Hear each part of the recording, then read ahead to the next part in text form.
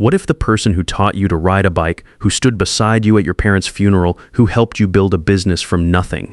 What if that same person was quietly erasing your mind, one pill at a time, not out of hatred, but out of greed? And what if the cruelest part wasn't the poison itself, but that you trusted him completely because he was your big brother? I'm Dennis Hoffman, 61 years old, and I thought I knew my family. I was wrong about everything. You know that feeling when you wake up and something's just off, like when you're in a hotel and forget where you are for a second? That's how I felt that third morning at Pine Lake Cabin, except this wasn't some fancy hotel. This was supposed to be a family fishing trip with my kids, Melissa and Michael. Just the three of us. No business calls, no stress about the engineering firm I'd been running for 30 years.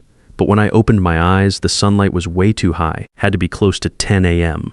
Melissa never slept past 6. The woman could organize a military operation before most people had their first cup of coffee. And Michael, my quiet son, who noticed everything, he was always up early too. I called out from the bedroom, "Melissa, hey Michael, nothing." Not the good kind of nothing where you know someone's just in the next room. The heavy kind, the kind that sits on your chest. I got up, my back reminding me I wasn't 35 anymore, and walked into the main room. Both beds were made perfectly. Melissa's overnight bag gone. Michael's fishing jacket that had been hanging by the door since we arrived gone. The kitchen counter where we'd lined up our groceries cleared out.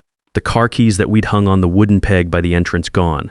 I stood there in my socks on that cold hardwood floor and actually laughed out loud. My first thought was these two were pranking me. I genuinely believed that. I walked to the window expecting to see Michael hiding behind our truck, trying not to laugh, with Melissa nearby pretending she had nothing to do with it while absolutely masterminding the whole thing. The driveway was empty, the truck was gone. I reached for my phone on the nightstand. Not there. Checked my jacket pocket. Nothing. Went to the small table by the door where I always set my wallet before bed. Gone. Now, a normal person would start panicking at this point, and I'd like to tell you I stayed calm and rational. But what I actually did was stand in the middle of that cabin and say out loud to absolutely nobody, what the hell is going on here? I checked every drawer, every cabinet, under both mattresses. In the bathroom, I found one thing they'd left behind, a single orange prescription bottle sitting on the edge of the sink. No name on the label, just a white sticker with 3 words typed in plain font, "Take one daily." I picked it up and shook it, nearly full. Turned it over, nothing else. No pharmacy logo, no dosage information, no doctor's name. I set it back down like it might bite me. Here's what I told myself, because this is what Dennis Hoffman does. Dennis Hoffman finds the logical explanation. 30 years of engineering trained me to locate the rational answer and stand on it like solid ground. They went for supplies. They forgot to leave a note. They'll be back by noon, and Melissa will walk through that door with coffee and a perfectly reasonable explanation. And Michael will be behind her doing that thing he does where he almost smiles but stops himself. Noon came, then 2 p.m., then 5. By the time the sun started dropping behind the tree line, I had walked around the cabin 4 times, flagged down 0 passing cars on the dirt road, and eaten the only food left, half a sleeve of crackers and a can of soup I heated on the stove because at least they'd left the gas on. I sat on the porch steps as the sky turned that deep purple it gets in the mountains just before dark. And for the first time all day, I let myself feel what was actually happening. My children had left me. Not forgotten me, not gotten lost somewhere, left me deliberately, quietly while I slept. And that's when it hit me. A memory. Thin and flickering like a candle in the wind. Not from this trip, from somewhere else. I saw myself sitting in a room with white walls, bright lights, and a man in a gray sweater leaning toward me, saying something I couldn't quite hear. And Melissa was there beside me, holding my hand so tight her knuckles were white. The memory lasted maybe 3 seconds. Then it was gone. I pressed my fingers to my temples. What was that? I knew that room. I knew that anxious feeling of being told something important, but the details wouldn't come. I told myself it was stress, told myself I was tired and hungry and scared, and my brain was doing what brains do under pressure, pulling up old footage at random. That night, I slept on the couch with every light in the cabin on, which felt ridiculous and also completely necessary. Around midnight, I heard a car on the dirt road, and I was off that couch so fast I nearly took the coffee table with me, but it passed without slowing. I stood at the window long after the headlights disappeared, staring into the dark between the trees, and I noticed something I hadn't seen during the day. A small wooden sign nailed to the pine tree directly across from the cabin's front door. It had been there the whole time. I must have walked past it a dozen times. I opened the door and squinted in the cold night air. 4 words hand-painted in red. "You've been here before. Stay with me," because what I found the next morning changed everything I thought I knew about the last 2 years of my life. You know that feeling when you hear a song you haven't heard in 15 years, one you'd completely forgotten existed? And then one random afternoon, it comes on in a store, and before the second note even hits, you know every single word. Your mouth is moving before your brain catches up. That's what the sign did to me. You've been here before. 4 words, hand-painted, red letters on weathered pine, and the moment I read them, something in my chest didn't panic. It recognized, like a door creaking open in a house you thought was empty.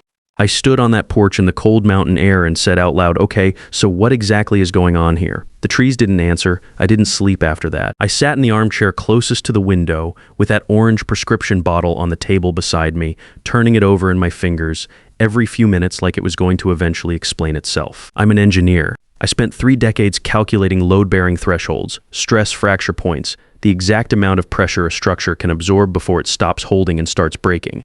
Sitting in that chair, I applied the same thinking to myself. What did I actually know? 1. My children brought me here and left while I slept. 2. They took everything. Wallet, phones, keys, bags, deliberate, organized. This wasn't panic, this was a plan. 3. There was an unmarked prescription bottle in the bathroom. 4. I had a memory I couldn't hold on to: a white room, Melissa's white knuckles, a man in a gray sweater. And 5. Someone had been here before me, or rather someone wanted me to know that I had been here before. I pressed my palms flat on my knees and took a long breath. Dennis, I said to myself, either you're losing your mind or someone helped you lose it. Figure out which one. Morning came gray and damp. I found 2 things I'd missed in my panicked search the day before. First, behind a loose baseboard panel under the kitchen sink, a folded piece of paper. Notebook paper, handwritten in small, careful letters that I recognized immediately because I'd seen them on birthday cards and grocery lists for 30 years. It was Melissa's handwriting. I unfolded it slowly. It said, "Dad, by the time you find this, you'll be scared and angry and you'll think we abandoned you. I need you to trust that we did not. There's so much we have to tell you. And we've tried more times than you know. The doctor said the only way forward was for you to find it yourself. Don't fight the memories when they come. Let them in. We love you more than you will ever understand." I read it 4 times. Then I folded it back along its original creases, put it in my shirt pocket, and sat down on the kitchen floor because my legs had simply decided they were done standing.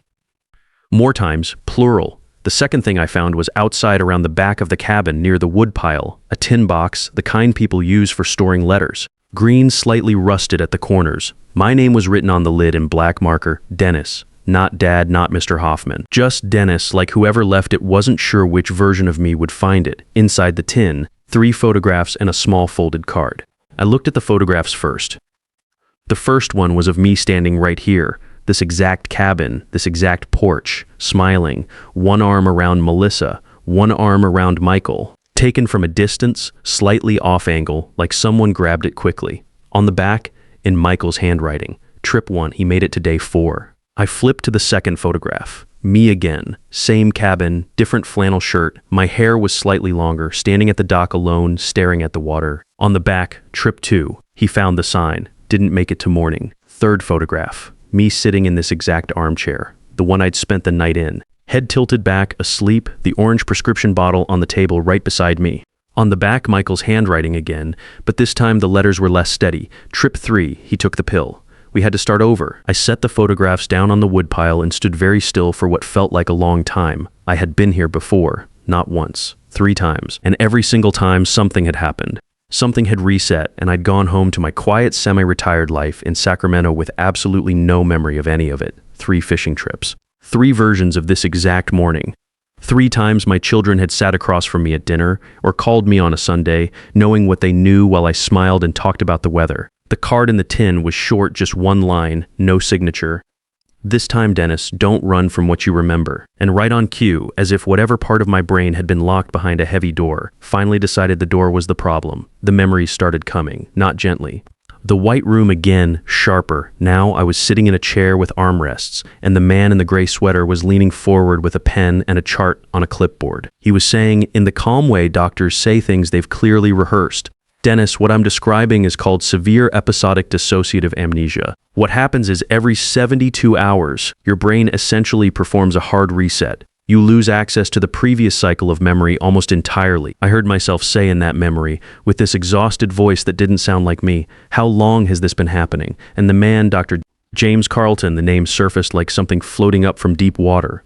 looked at Melissa before he looked back at me. Just briefly, the way doctors look at the family member who knows more than the patient does. "Dennis," he said carefully, "it's been 18 months. I came back to the wood pile, to the mist, to the tin box in my hands. 18 months. I had lost a year and a half of my life in 72-hour pieces, over and over, like a film reel someone kept cutting and splicing, and my children had been there for all of it, watching me forget, helping me start over, carrying the full weight of it while I woke up every 3 days thinking everything was fine." I pressed the back of my hand against my mouth because what was breaking me wasn't the condition, wasn't the lost time, wasn't even the 3 fishing trips I didn't remember. It was picturing Melissa and Michael driving away from this cabin, knowing how it had ended before and choosing to try again anyway. That's not abandonment. That's the bravest thing I can imagine. But here's where it gets interesting. When I finally went back inside, dried my face, drank water from the tap, and sat down in front of the small television in the corner that I hadn't once thought to turn on in 3 days, the national news was on, and the face on the screen stopped me so completely that the glass slipped from my hand and hit the floor. The face on the screen, wanted for federal wire fraud and illegal business manipulation, belonged to someone I knew, someone who shared my last name, someone I had trusted completely. The ticker at the bottom read, "Federal fugitive Ronald Hoffman, last seen Northern California." I looked out the window at the pine trees, at the mountains sitting heavy and gray in the morning mist, Northern California. I sat down very slowly and said to the empty room, "Ronald," and for the first time since I'd woken up in this empty cabin, I wasn't confused. I was afraid. Because I hadn't just been losing my memory. Someone had been using it against me. Ronald Hoffman was my older brother. 2 years older, same parents, same childhood bedroom, until we were teenagers. We'd grown up together in Ohio, built our engineering careers side by side, and 20 years ago we'd co-founded Hoffman Engineering, a small civil engineering consulting firm that specialized in municipal projects, water treatment plants, bridge assessments, infrastructure planning. We'd had exactly one significant disagreement in our entire partnership: recent corporate buyout pressure. A development company wanted to purchase our client base and contracts for $2.5 million. Ronald wanted to take the money and retire immediately. I wanted to gradually transition the business to Melissa and Michael, keep the family legacy intact. The memories were coming faster now, floating back like someone had found the valve and cranked it wide open. I sat in that armchair and stopped trying to manage them. I just let them come, the way Melissa's note told me to. 18 months ago, I had been contacted by a medical research foundation. They were conducting a study on severe episodic dissociative amnesia, and they needed participants who met a specific biological profile. I remembered sitting across from Dr. Carlton for the first time, his gray sweater, his careful voice, the way he explained that I'd been recommended for the study by a family member who believed I was already showing early symptoms. I remembered asking which family member. I remembered Dr. Carlton looking briefly uncertain before he said, "Mr. Ronald Hoffman, he indicated he was your brother." What I didn't know then, what the memories were now showing me in perfect, horrible clarity, was that Ronald hadn't contacted Dr. Carlton out of concern. He'd contacted him out of calculation. Our business partnership agreement had a very specific clause, one that Ronald's lawyer had found and Ronald's mind had weaponized. If either partner was determined to be cognitively incapacitated, unable to manage business affairs, unable to maintain coherent memory, their share of the company would transfer automatically to the remaining competent partner. $2.5 million. And all Ronald needed was a diagnosis. I stood up from the armchair so fast I knocked it backward because it was all there now. The whole ugly architecture of it. Ronald hadn't just reported symptoms to Dr. Carlton, he'd created them. The prescription bottle, the one with no label, just take one daily, that wasn't a mystery medication. It was the mechanism. Some kind of compound that, taken consistently, induced the exact pattern of memory disruption that Dr. Carlton had been documenting and officially recording for 18 months. Ronald had been getting to me before every appointment, before every evaluation, slipping it into my coffee, my food, my vitamins. The daily vitamins I took every morning, like clockwork because my doctor recommended them. I was the kind of man who followed doctor's recommendations. Ronald had replaced them, and I had taken them every single morning thinking I was taking care of myself. While he sat across from me at Sunday dinners and asked how I was feeling and listened to me say, "Fine, just a little foggy lately," and nodded and said, "You're getting older, Dennis. It happens." I put my fist through the cabinet door. I'm not proud of it, but I'm also not sorry. But here's what Ronald hadn't calculated. He hadn't calculated Melissa. The memories showed me that too. My daughter sitting alone in her car outside my house one evening about 14 months ago, watching Ronald's car pull away from my driveway at an hour he had no legitimate reason to be there. Melissa, who noticed everything, who remembered every detail.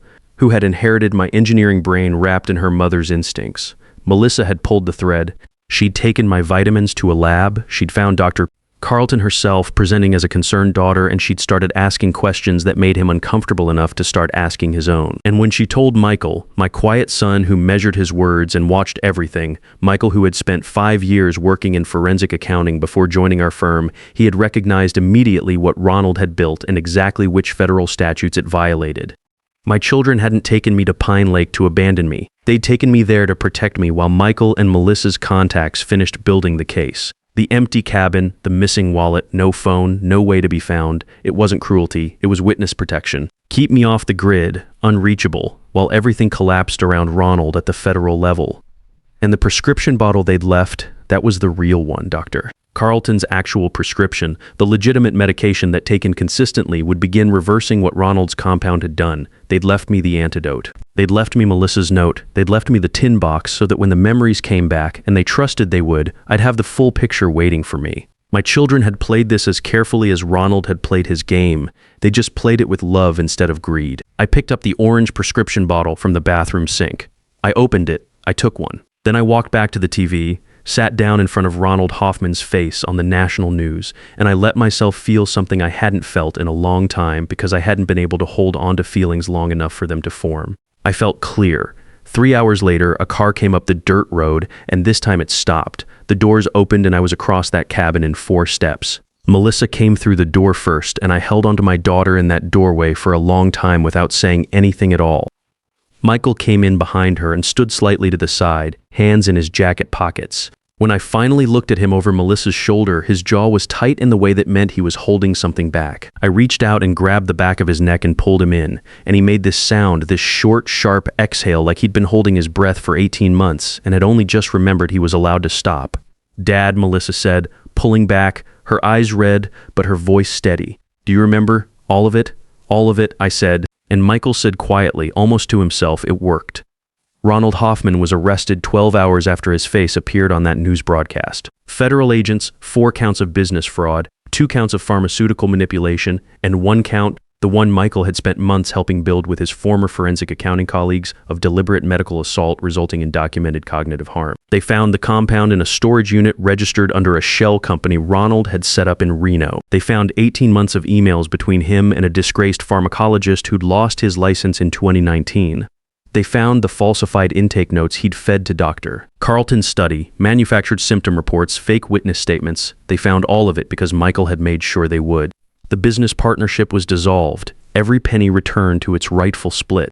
Ronald's legal fees consumed his share down to almost nothing before the first hearing was finished. But the moment I've turned over in my mind on quiet evenings since was this. Ronald's attorney requested that I provide a recorded statement confirming I had no lasting cognitive impairment. And I sat down in front of that camera, clear-eyed, sharp, every memory intact, and I gave them 45 minutes of the most detailed, chronologically perfect testimony they'd ever received. The attorney stopped the recording twice to confer with his client. Ronald took a plea deal within the week. The last time I saw my brother was across a courtroom. He looked smaller than I remembered, diminished in the way that men who've built themselves on other people's losses tend to look when those losses are returned. He looked at me once right before the judge spoke. I looked back. I didn't say anything. I didn't need to. I remembered everything, and he knew it. Today, Hoffman Engineering is stronger than it's ever been. We restructured everything after Ronald's arrest. New partnership agreements, new safeguards, new protocols. Melissa handles all our legal affairs now. Turns out a daughter who can spot pharmaceutical manipulation from a parking lot makes an excellent business attorney. Michael manages our financial operations and client relationships. His forensic accounting background means no one's pulling anything over on us again. I still work, but differently now. I focus on what I do best, the engineering itself, the problem solving, the building of things that last, but I'm not carrying the weight of the whole company anymore. That's shared now, the way it should have been from the beginning. We instituted a new tradition too. Every Sunday, the 3 of us meet at the office, not to work, just to check in. We call it our memory meetings. It's Melissa's idea, and it's brilliant in its simplicity. We each share what we remember from the week, what went well, what needs attention. Nothing gets forgotten. Nothing gets lost. I still go fishing sometimes, real trips now. No agenda, no strategy, no orange bottles, and carefully arranged disappearances. Just me, a decent rod, bad coffee, and if I'm lucky, one of my kids on the dock beside me. Last month, Michael actually smiled, a real one, not the almost smile he usually gives me. It was because he'd caught his first bass of the season, and for a second he looked exactly like he did when he was 12. Melissa still reorganizes things she has no business reorganizing. 2 weeks ago, she completely rearranged my office filing system while I was at lunch. When I came back, she was sitting at my desk with this satisfied expression like she'd just solved world hunger. "It makes more sense this way," she said. And you know what? It did. The real medication Dr. Carlton prescribed worked exactly as promised. The memory cycles stopped completely after about 3 months of consistent treatment. But more than that, I can feel the difference in my thinking. It's like someone cleaned the windows in my brain.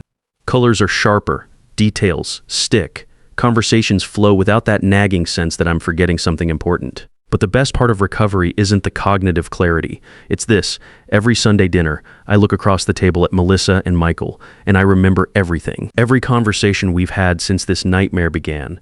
Every worried look they exchanged when they thought I wasn't watching. Every time they had to pretend they were meeting me for the first time in days. And sometimes when Melissa is explaining some legal strategy she's developed, or when Michael is walking me through a financial projection, I think about Ronald sitting in his federal prison cell in Nevada. He's got about 8 years left on his sentence. 8 years to think about how he took 18 months of my memory, but gave me something invaluable in return. He showed me exactly what my children are made of. I wake up every morning knowing exactly who I am, exactly where I've been, and exactly what it cost the people who love me to bring me back home. I take my real pill every morning. I remember everything. And I'm finally fully awake, because here's what Ronald never understood about me. About us, about family. You can steal a man's memory, but you cannot steal what his children are made of. You cannot erase the love that makes them drive to a cabin in the mountains 4 times, hoping this time will be different. You cannot poison the bond that makes them risk everything to save someone who doesn't even remember their names. That's worth more than any $2.5 million company could ever be. Sometimes the greatest betrayal teaches you the greatest truth. That real family isn't about blood or business partnerships. It's about who shows up when your memory fails and your world falls apart. The cruelest irony is that Ronald tried to steal my legacy to get rich quick, but instead he handed my children the chance to prove they were already the richest inheritance I could ever leave behind.